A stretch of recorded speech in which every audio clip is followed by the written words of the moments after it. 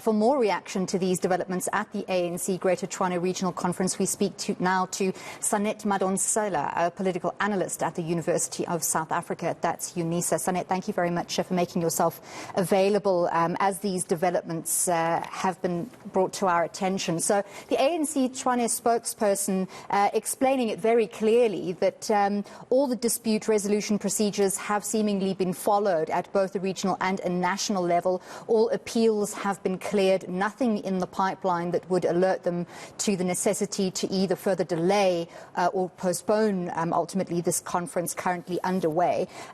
However, that doesn't seem to address very eloquently the grievances of those members who are now threatening to take court action. What do you make of the situation? Because it's not a new one. It's one we've seen frequently at elective conferences of the ANC in the past couple of months. As you rightly stated, we've seen this trend going on for quite some time. We saw it with regards to the past electoral conferences that took place more recently. But I don't think that it is just a coincidence. I think that there might be factional politics at play here that may explain why like people say that they haven't received certain documents that they were supposed to have received. So at the moment, I guess we all just have to wait until 8 o'clock so that we can find out what actually is happening. And then what is also interesting is that people are saying that the national body of the ANC needs to get involved. And we also haven't heard or seen anything from them yet. So I guess we are all just waiting for this time bomb, yes. Do you think the recurrence of these legal contestations of elective conferences will require the ANC to review its policy on internal disputes and the way that branch meetings are, move up the hierarchy in the build-up to these conferences? I do think that it is important that the ANC review its internal processes. But what was also interesting is that people said that they did follow the actual process and that nothing happened. So I think going forward that the ANC actually needs to do something more seriously. But I also think that all of this is happening in the run-up to the 2020 elective conference in December 2022. So I wonder if it's not in fact related to that. And that's why there's been a delay in communication. But what was interesting about this particular conference is that the announcement was only made late on Thursday evening that it might be taking place. There were a lot of people who said that it was ready. There were people who said that it wasn't ready.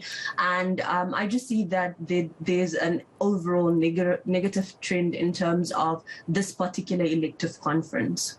One also has to look at the agenda, and that's a word used by the ANC Tshwane spokesperson. He declined to give his personal opinion on what the agenda of this grouping was, very rightly so, someone in his position, but you're in a privileged position that we invite you exactly to give your opinion. So what do you think is the agenda here? And you mentioned specifically the lead up to the elective conference at the end of the year for overall party leadership.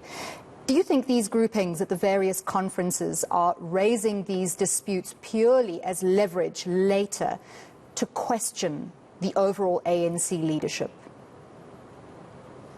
I think this overall process has been very problematic. You have a number of people who are called disgruntled. You have a number of people saying that due process wasn't followed. You have a number of disputes in terms of what's happening at the regional conferences. But I also wonder if like as I mentioned, if it doesn't have to do with the end of the year elective conference. I think that to a certain extent, there is an element that certain people may be eliminated from running, or that certain people may be eliminated from participating in the elective conference in December 2022, because this is an important conference because it also determines the future leadership of the African National Congress. So I think that this particular conferences or the lead up to the actual national conference is important, and that people are raising the these questions, because they most probably will be questioning the end result at the end of the year. And when we talk about the end result, I think it might be narrow-minded for many of us in the media to only speak about the one position, that position of ANC president and ultimately president of the country. We also have to look at the finer nuances of broader top ANC positions. Do you think there's going to be fierce contestation of the top 6 at the end of this year?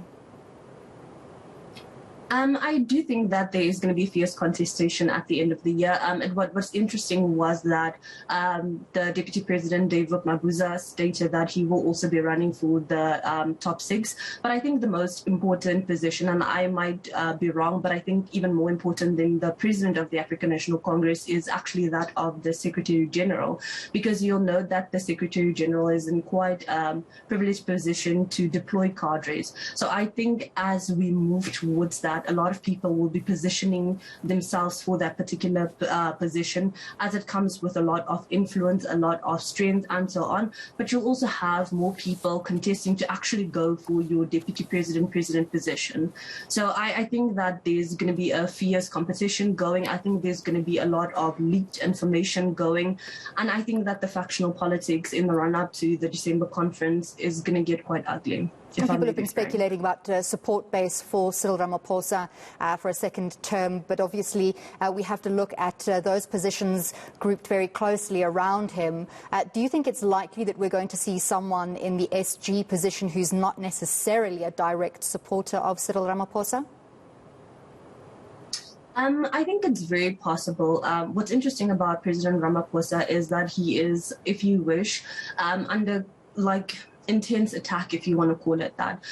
He is trying to consolidate his support base, but you also have a lot of things going on. The recent scandal with regards to the break-in at his home, the ongoing case in terms of the Marikana massacres. You have people trying to consolidate their specific bases in different regions and these different regional things. So what I personally think is that President Cyril Ramaphosa might have some fierce competition in the lead up to the December conference, but I also think that there's a strong likelihood that President Ramaphosa might not be returning, because there have been a lot of these chants and slogans and people saying that he's not returning. So I'm not quite sure what the future does look like for him post, or if there will be a post-ANC future for President Ramaphosa. Well, thank you very much for opinions and your insights. That was UNISA political analyst Tshwane ANC.